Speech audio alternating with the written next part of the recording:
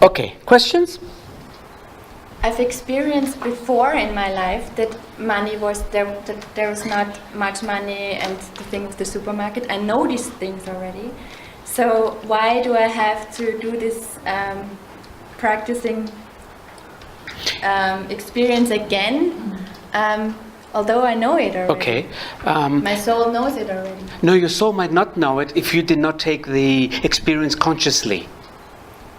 Meaning, if you kept going to the supermarket and saying, damn it, I don't have enough money, then your soul doesn't take the experience. When we complain, our energy gets heavy and our soul just goes. Whining, meaning complaining, has a very heavy energy. We don't want to use the word negative because everything is God. It doesn't matter. All is good. But when you have, when you're complaining, soul says, I'll see you later. And then we fall into a vortex and we go deeper and deeper, and it's so difficult to come out. So maybe you're going, okay, that's one answer. Another answer is, are you having money difficulties now? Because if you're not... not really problems with money, but I learned to accept not having so much of it. Why? Yeah, because it's easier than for me to deal with it. It's easier than looking in. Yeah, we do that a lot. Okay, we're afraid to look in because we're afraid of what we might see. So we say, forget it. Rather than look in and be afraid, I'll deal with not having too much money. One of the biggest reasons we're afraid to look in is not because we're going to see something ugly. Usually it's because we're going to see something that proves our beliefs not right. In other words, that proves our beliefs wrong. And that's why we're afraid to look in. So if you just say to yourself, I no longer have the need to be right. If you can say that and convince your body of that, then it'll be easier to look in. Okay, I don't know when this started. I don't know if it's a human thing or if we get it when we're babies. We have this need to always be right, wherever you go in the world. So I don't know if it's a human thing, if like the human species has that need. I don't know. But you just tell your body, I no longer have the need to be right. And then you look in. Because when I started looking in, I always saw things that proved me wrong, proved my thoughts wrong. After 2 or 3 times when you're proven wrong, you let go. And then it's much easier to look even deeper.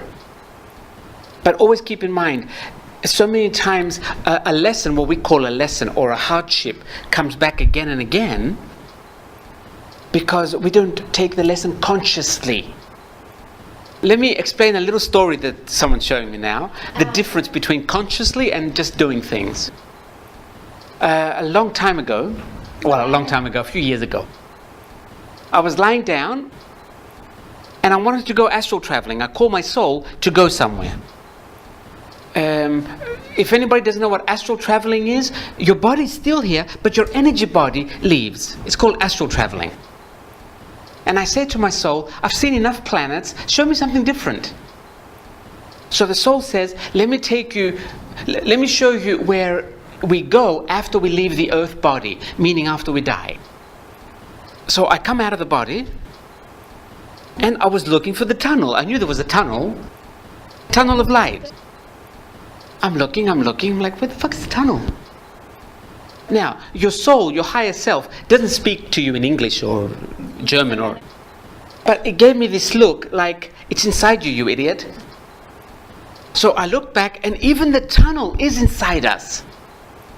So I start going in the tunnel. Supposedly I'm dead, I've left my body. In this astral traveling, I was dead. I left the body. I didn't die, but it's where I will go after I die.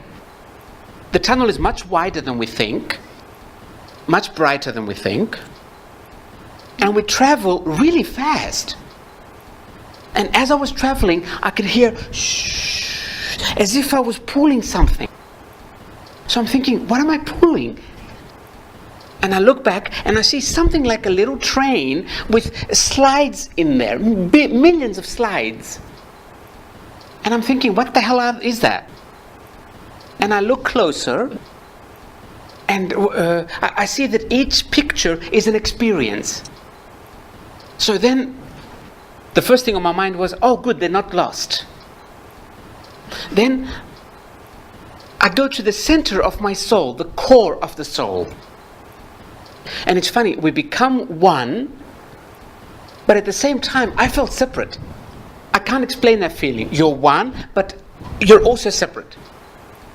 And as I was hugging the core of my soul, you don't exactly hug with your arms. It's a feeling that you can't explain. I would suddenly feel, and then I thought, what is that? And I looked down, and those pictures were being uploaded in my soul, one by one. Every experience was being uploaded in my soul. And with every picture going into my soul grew. And that's what the noise was, it was growth. And then suddenly it went, and I thought, oh, that must have been a big experience I had. I looked down to see which experience it was. It was an experience of washing the dishes. And I was thinking at that moment, because I've never cooked in my life, I've never had to wash the dishes. So I'm thinking, it's probably because I don't do it too often. And my soul says at that moment, it's not that, it's because that particular time you did it consciously. You were looking at the dish and you're saying, oh, this is how they wash dishes. That's what makes the soul grow, when we do things consciously. We don't have to go to Tibet to make the soul grow. We don't have to every day. Yoga is good, but that is not what's going to make the soul grow. What's going to make the soul grow is doing things consciously. We're touching this bottle. We never say, what is this made of? We just say plastic. Plastic isn't enough. It's made of oil. And we've never asked, how did it get to this shape? This is how we learn consciously. We never ask, how do I feel when the water goes down my throat? This is what we have come here for physical experiences, but consciously. We just do things and we never question. And then we have to do them again and again and again, because we as a soul hasn't taken the experience.